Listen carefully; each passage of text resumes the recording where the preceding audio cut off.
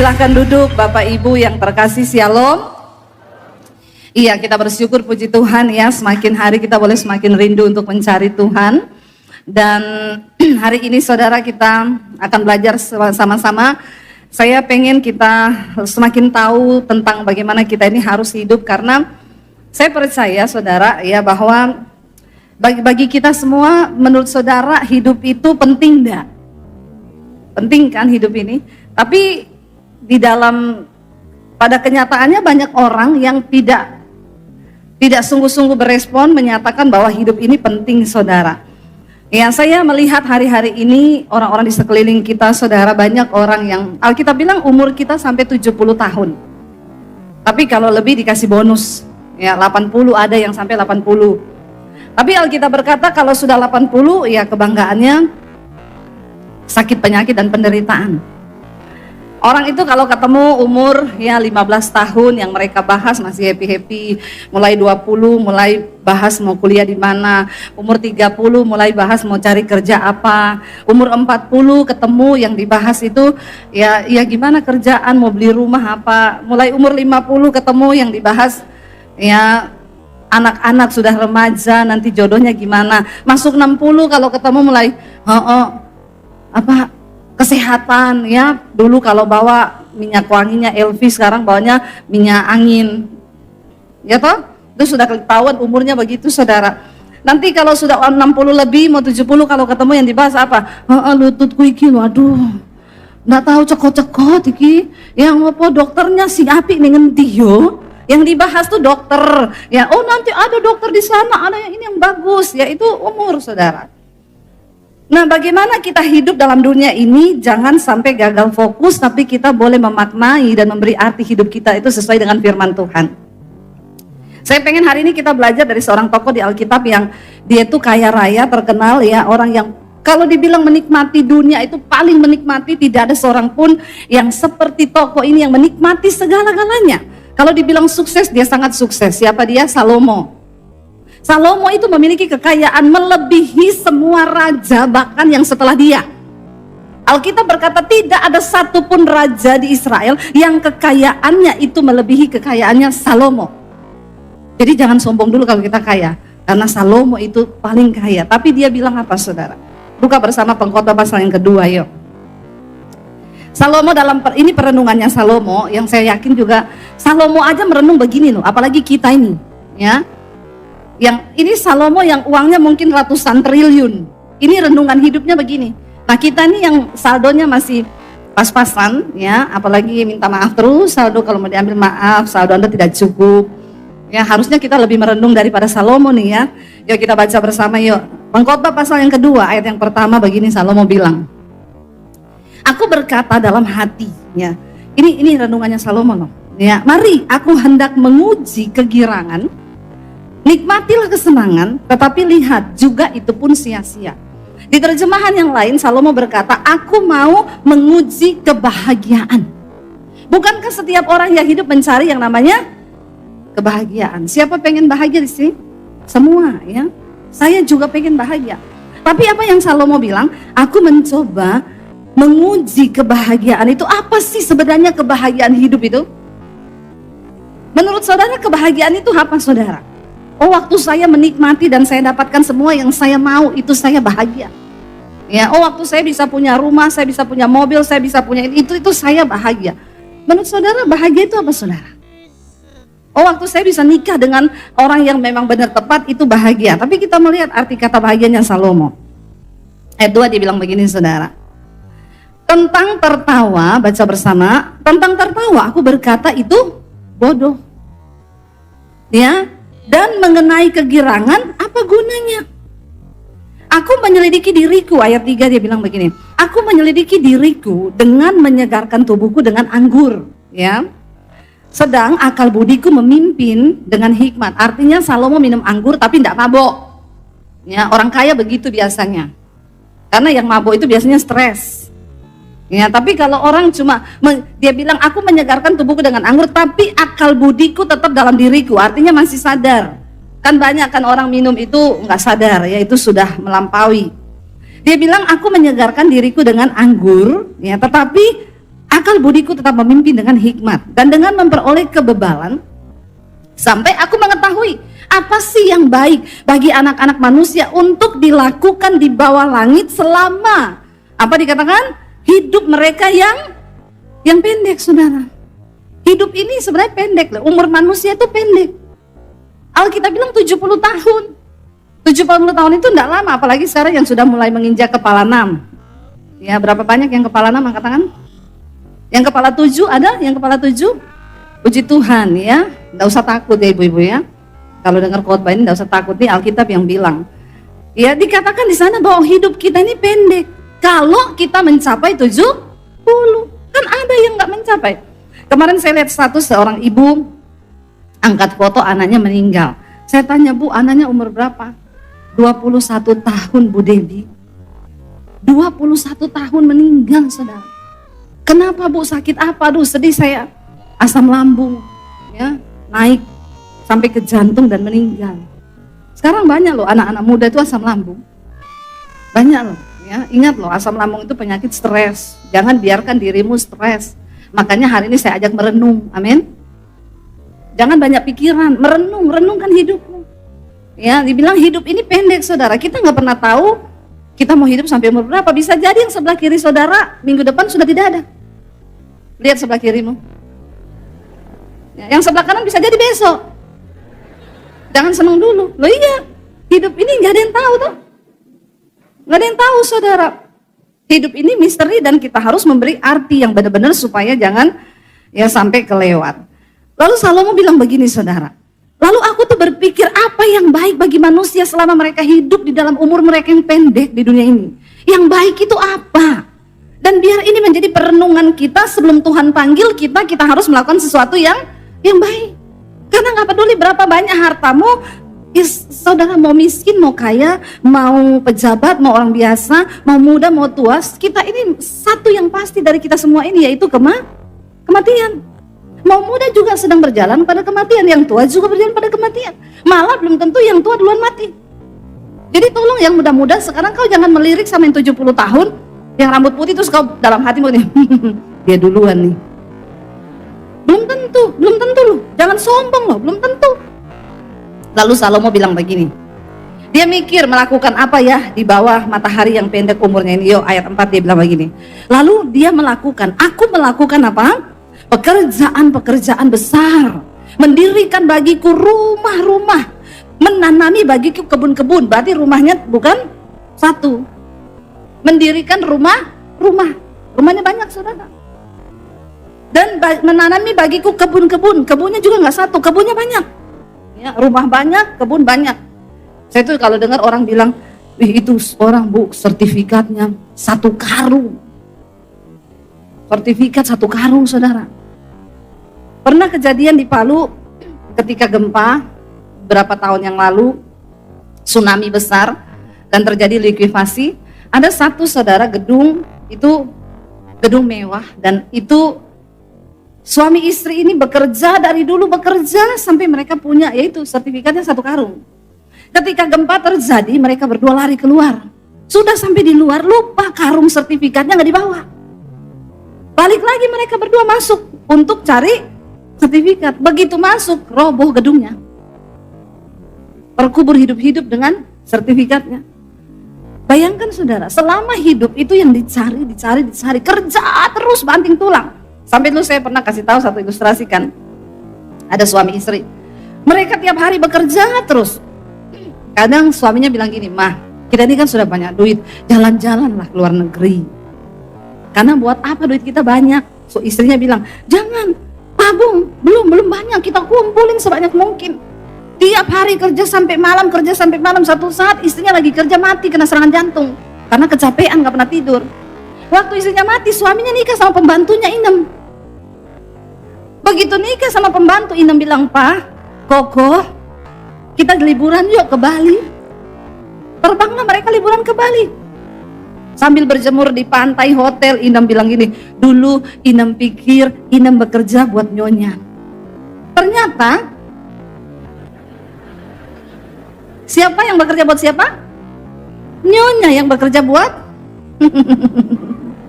Itu namanya inem lebih dari pemenang. Inem nyonya yang susah payah cari duit kerja, meninggal nyonyanya, inem nikah sama bapak. Langsung inem ngajak ke Bali, ke Singapura. Kan uang udah banyak. Jadi nyonya bekerja buat hati-hati nyonya-nyonya. Juga tuan-tuan. Jangan sampai itu terjadi. Salomo bilang begini, aku melakukan pekerjaan besar, membangun, mendirikan rumah-rumah, menanami kebun-kebun, kebunnya banyak saudara, ditanami anggur. Aku mengusahakan bagiku kebun-kebun dan taman-taman. Dia mulai bergerak di dunia properti, bangun rumah-rumah banyak. Lalu nggak sampai di situ, dia bergerak di bidang perkebunan, dia bikin kebun anggur. Dan dikatakan bahkan dia itu bikin taman-taman. Dia menanaminya dengan rupa-rupa pohon buah-buahan. Wis, banyak saudara. Ayat 6, bukan cuma itu, aku menggali bagiku kolam-kolam untuk mengairi dari situ taman pohon-pohon muda. Semua dia kerjakan dengan enak, dengan sukacita. Dia mengerjakan apa yang dia mau, dia kerjakan semuanya saudara. Aku membeli budak-budak laki-laki dan perempuan, dan juga ada budak-budak yang lahir di rumahku, dan aku juga mempunyai banyak sapi, kambing, dan domba. Melebihi siapa?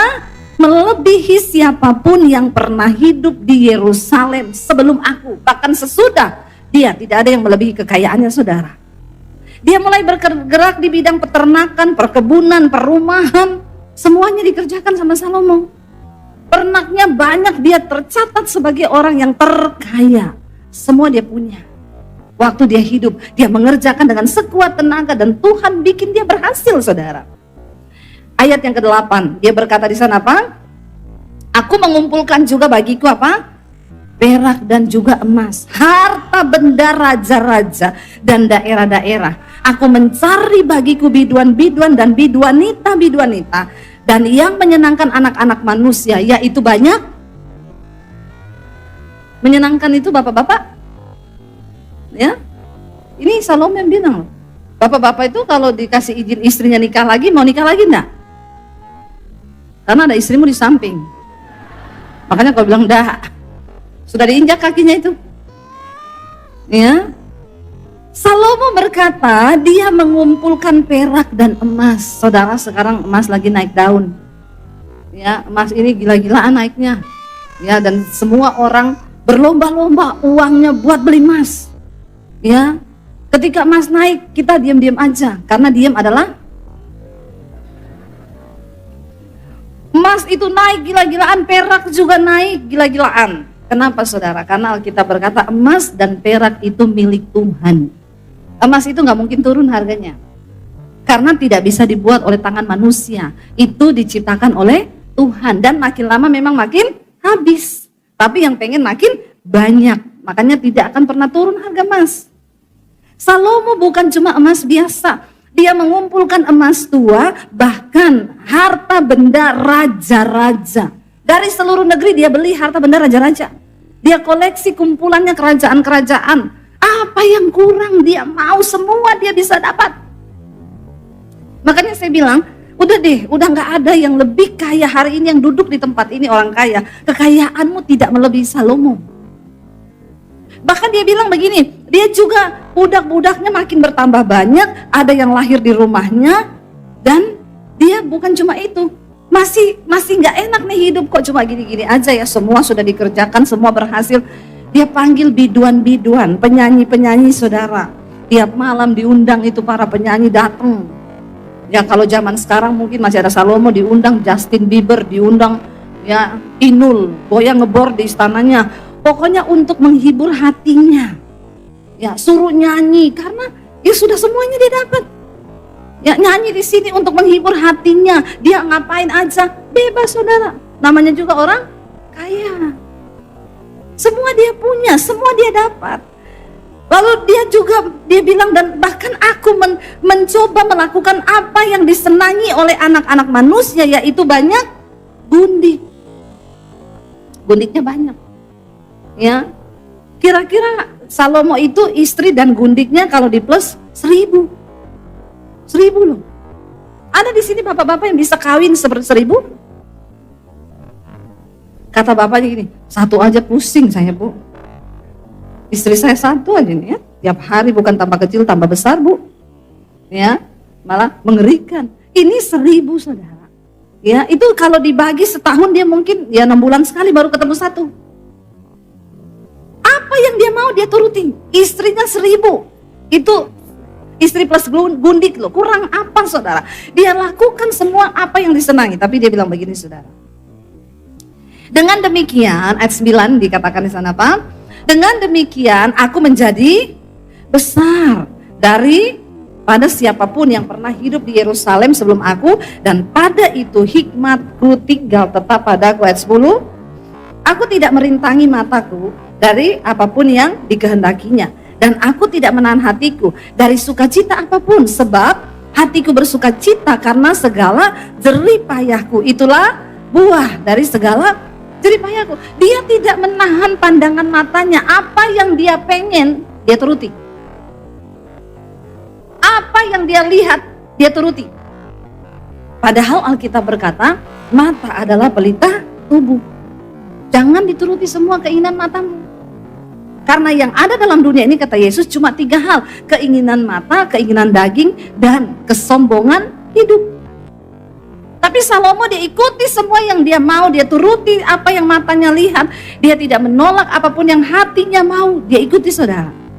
Ayat 11 berkata, kita baca, ketika aku meneliti segala pekerjaan yang telah dilakukan tanganku dan segala usaha yang telah kulakukan untuk itu dengan jerih payah, lihatlah segala sesuatu adalah kesia-siaan dan usaha menjaring angin. Memang tak ada keuntungan di bawah matahari. Pada akhirnya dia menemukan hidupnya kosong. Ternyata gak ada apa-apanya. Punya istri banyak, punya harta, punya kekayaan, rumah banyak, perkebunan, semua dia ambil saudara. Tapi pada akhirnya dia bilang dia tidak menemukan apa-apa, semua itu sia-sia. Lalu aku berpaling untuk meninjau hikmat, kebodohan dan kebebalan. Sebab apa yang dapat dilakukan orang hanya menggantikan raja, hanya apa yang telah dilakukan orang. Dan aku melihat bahwa hikmat melebihi kebodohan, seperti terang melebihi kegelapan. Mata orang berhikmat, ayat 14, mata orang berhikmat itu ada di kepalanya, kata Salomo. Sedangkan orang yang bodoh berjalan dalam kegelapan. Tetapi aku tahu juga bahwa nasib yang sama menimpa mereka semua. Maka aku berkata dalam hati, nasib yang menimpa orang bodoh juga akan menimpa aku. Jadi untuk apa aku ini dulu begitu berhikmat? Lalu aku berkata dalam hati bahwa ini pun sia-sia. Dia bilang sekalipun dia hidup berhikmat, nasib yang sama orang bodoh dan orang bodoh itu apa? Mati. Satu saat dua-dua bakalan mati. Sama-sama mati. Karena tidak ada kenang-kenangan yang kekal, baik dari orang yang berhikmat maupun daripada orang yang bodoh. Sebab pada hari-hari yang akan datang kesemuanya itu sudah lama dilupakan, dan orang yang berhikmat mati juga seperti orang bodoh juga akan mati. Dan kalau orang sudah mati, Salomo bilang semua akan dilupakan. Semua akan dilupakan saudara. Orang mati itu keluarga kita bersedih paling banter 1 bulan lah. Teman-teman kantor kita, setelah itu meja kerjamu sudah diisi oleh orang lain. Orang sehebat apapun dia di rumah, gak mungkin istrinya nangis terus mau dikubur, jangan dikubur, terus taruh di rumah aja mayatnya karena saya sayang sama suami saya. Ada yang begitu? Gak ada. Kalau pengen, kalau bisa cepet-cepet dikubur ya. Masa ada mayat mau disimpan di rumah?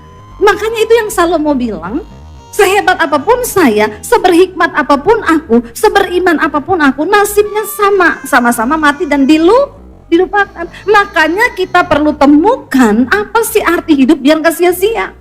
Lalu Salomo bilang begini, oleh sebab itu aku membenci hidup. Saudara bisa bayangkan sekelas Salomo yang punya segala sesuatu sampai berkata, oleh karena itu aku benci hidup. Ada di antara saudara yang sekarang sudah benci hidup, pengen mati? Gak ada kan? Bahkan sestres apapun kita ini nggak benci hidup kan, masih pengen hidup kan? Tapi Salomo sebagai seorang yang paling kaya pernah berkata, dia benci dengan hidup. Karena aku menganggap menyusahkan apa yang dilakukan di bawah matahari, sebab segala sesuatu adalah kesia-siaan dan usaha menjaring angin. Memang seperti inilah hidup manusia, saudara. Kita datang telanjang, gak bawa apapun, kita mati pun kita tidak bawa apapun. Ini loh arti hidup sesungguhnya. Dia bilang begini, aku membenci segala usaha yang kulakukan dengan jerih payah di bawah matahari. Sebab aku harus meninggalkannya kepada orang-orang yang nanti akan datang sesudah aku. Sehebat apapun kita bekerja keras, waktu mati semuanya kita akan tinggalkan. Lalu orang-orang yang tidak bekerja, mereka yang akan menikmati. Jadi bapak-bapak boleh kerja, tapi jangan lupa waktu, jangan lupa kau menikmati hidup, jangan lupa menikmati sesuatu. Amin. Lalu Salomo bilang begini, saudara. Dan siapakah yang akan mengetahui apakah orang bodoh itu berhikmat atau bodoh? Meskipun demikian, ia akan berkuasa atas segala usaha yang kulakukan di bawah matahari dengan jerih payah, dengan mempergunakan hikmat. Itu pun sia-sia. Salomo bilang, kalau aku mati, nanti akan ada penggantiku. Lah apakah dia orang berhikmat atau bodoh? Kan aku enggak tahu. Tetapi kan dia yang akan menikmati semua harta yang sudah aku cari dengan jerih lelahku selama ini. Itu pun adalah sia-sia. Lalu dengan demikian, aku mulai putus asa. Bayangkan loh, sekelas Salomo putus asa. Bukan karena miskin, bukan karena nggak punya uang. Saking terlalu kaya, jadi putus. Ini lebih kasihan lagi, saudara. Kalau kita putus asa karena miskin, ya biasa toh. Biasa kan? Lalu putus asa, aduh bagaimana ya, nanti besok bagaimana. Kalau kita yang nggak punya duit, yang miskin, nggak ada pekerjaan, putus asa itu biasa.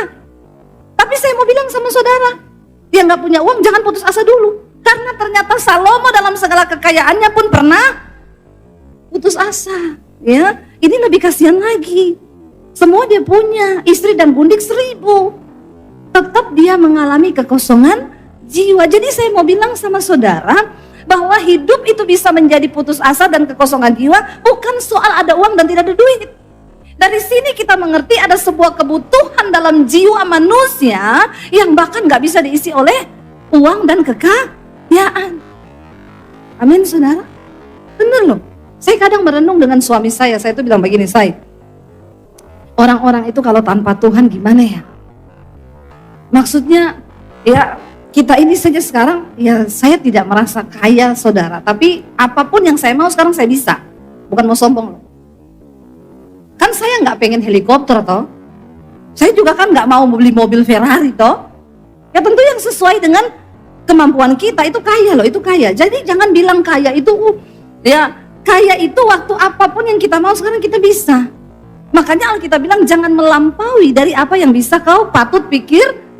Yang jadi salah kalau enggak bisa dipaksa-paksain. Nah itu sok kaya. Nanti susah sendiri. Saya bilang sama suami saya gini, bagaimana orang kaya itu tanpa Tuhan ya? Kita aja sekarang apa yang kita mau kita bisa loh. Dan karyanya itu hidup. Kalau nggak ada Tuhan tuh hampa, benar saudara. Makanya saya sama suami sampai hari ini masih melayani Tuhan. Saya bilang kita ini hari ini berbahaya karena kita melayani Tuhan loh. Bayangkan kalau orang nggak melayani Tuhan, itu hidupnya seperti apa ya? Nggak melayani Tuhan, itu bingung loh saudara, bingung bener. Semua yang kita mau dan kadang-kadang malah dia lupa akan hari kematiannya. Salomo bilang begini, dengan demikian aku mulai putus asa terhadap segala usaha yang kulakukan dengan jerih payah di bawah matahari.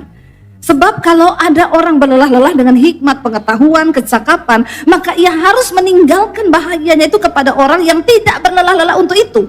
Ini pun adalah kesia-siaan dan kemalangan yang besar. Ya kayak nyonya tadi mati, Inem yang gantikan. Itu kalau nyonya masih hidup, marah nggak nyonya itu? Untung sudah mati kan? Mungkin di akhirat juga nyonya bilang, senang banget kau Inem ya. Itu kan sia-sia saudara. Waktu kau hidup banting tulang siang malam, gak bisa liburan, semuanya dilakukan, mati. Suaminya kawin lagi. Lalu dikatakan begini saudara, 22, apakah faedahnya dari yang diperoleh manusia dari segala usaha yang dilakukannya dengan jerih payah di bawah matahari dan dari keinginan hatinya, apa faedahnya sekarang? Ini loh, arti dari semua itu yang sudah kita cari itu apa? Ya lalu dikatakan begini saudara, seluruh hidupnya penuh kesedihan.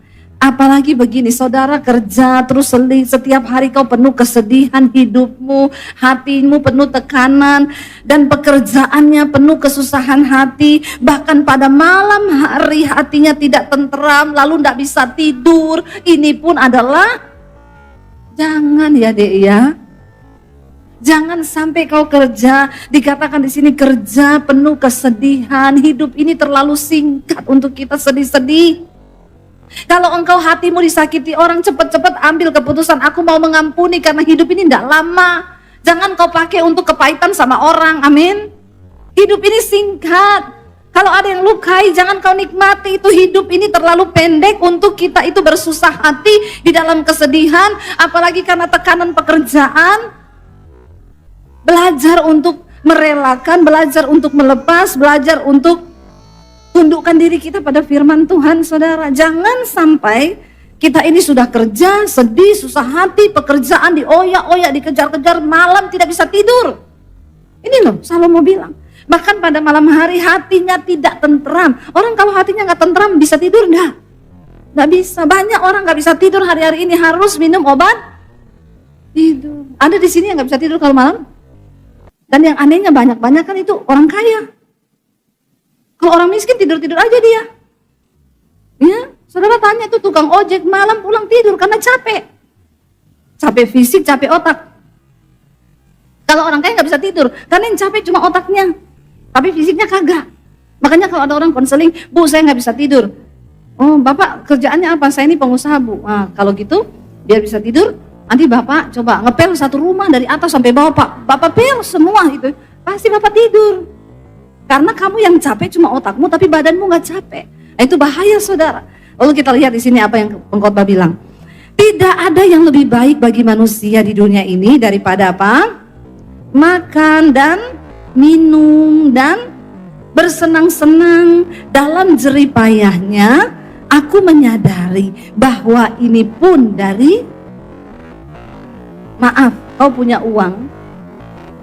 Tapi kalau Tuhan tidak beri kau karunia menikmati, itu tidak bisa. Walaupun orang kaya, kalau bukan tangan Tuhan yang kasih engkau karunia untuk menikmati kekayaanmu, tidak bisa. Makanya banyak orang kaya makan, minum, berantem. Tapi orang yang disertai Tuhan, yang hidupnya ada campur tangan Tuhan, Salomo bilang, tidak ada yang lebih baik bagi manusia di dunia ini daripada makan dan minum dan bersenang-senang dalam jerih payahnya, tetapi aku menyadari bahwa ini pun dari tangan Allah. Mari kita minta saudara penyertaan Tuhan dalam hidup kita, amin. Di sini nggak dibilang soal makannya daging atau steak atau apa, enggak.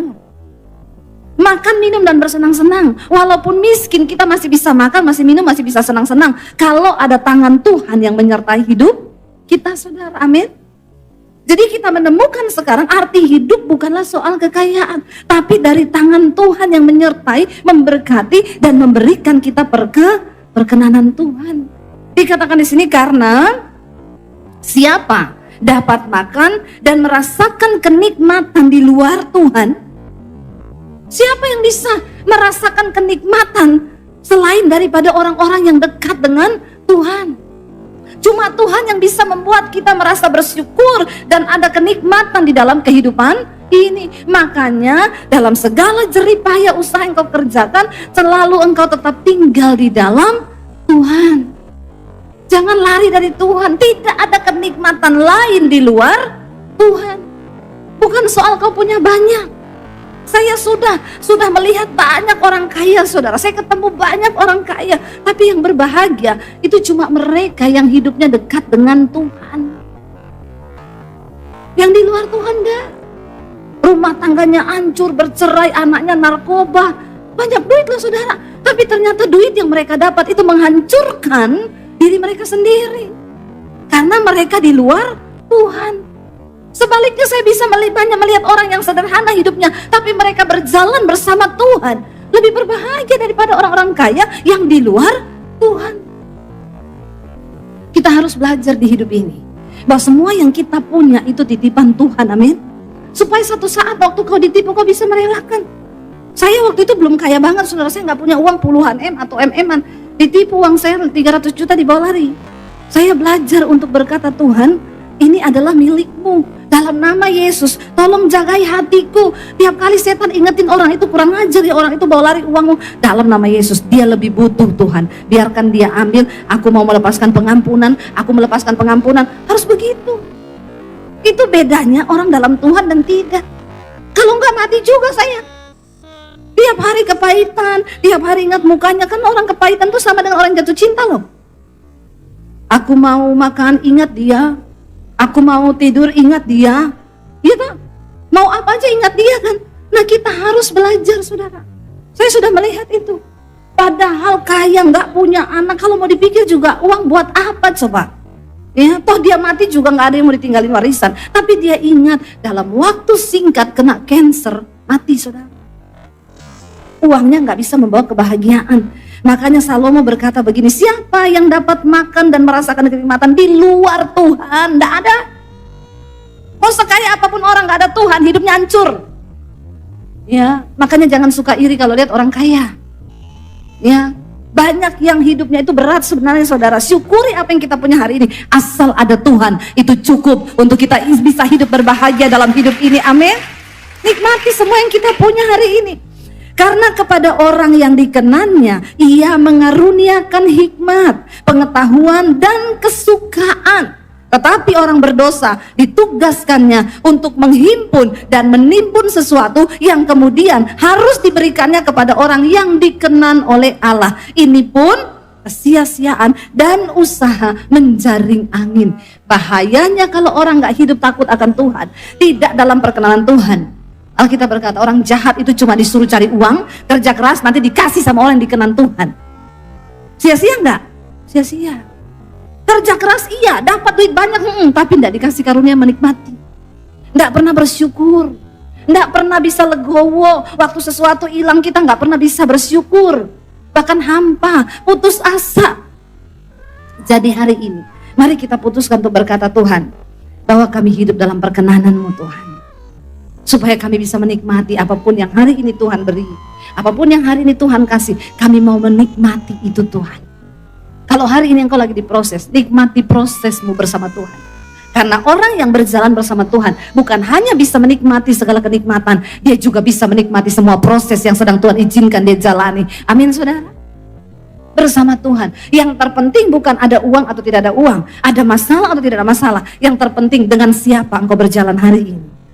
Kalau hidupmu dalam perkenanan Tuhan, mau itu proses, mau itu berkat, engkau tetap bisa mensyukuri semuanya. Amin. Kenapa saya berkata ini, saudara? Karena saya pun mengalami perkenanan Tuhan. Itu yang membuat hidup kita berbahagia. Orang yang dalam perkenanan Tuhan, walaupun kaya tidak pelit. Ada orang kaya pelit, saudara. Ya, ini pun sia-sia, tidak bisa menikmati hidup. Ya, tetapi ketika kita dalam Tuhan, ingat ayat ini berkata, siapa yang bisa makan, minum, dan menikmati segala apa yang dia punya kalau dia berada di luar Tuhan? Hanya orang yang berada dalam Tuhan yang akan bisa menikmati segalanya. Amin. Kita bangkit berdiri bersama dalam Tuhan, saudara. Terima kasih Tuhan. Apa arti hidup kami Tuhan kalau kami tidak berjalan bersama dengan Engkau? Kalau Engkau tidak ada bagi hidup kami, kalau Engkau tidak mati bagi dosa kami, maka tidak ada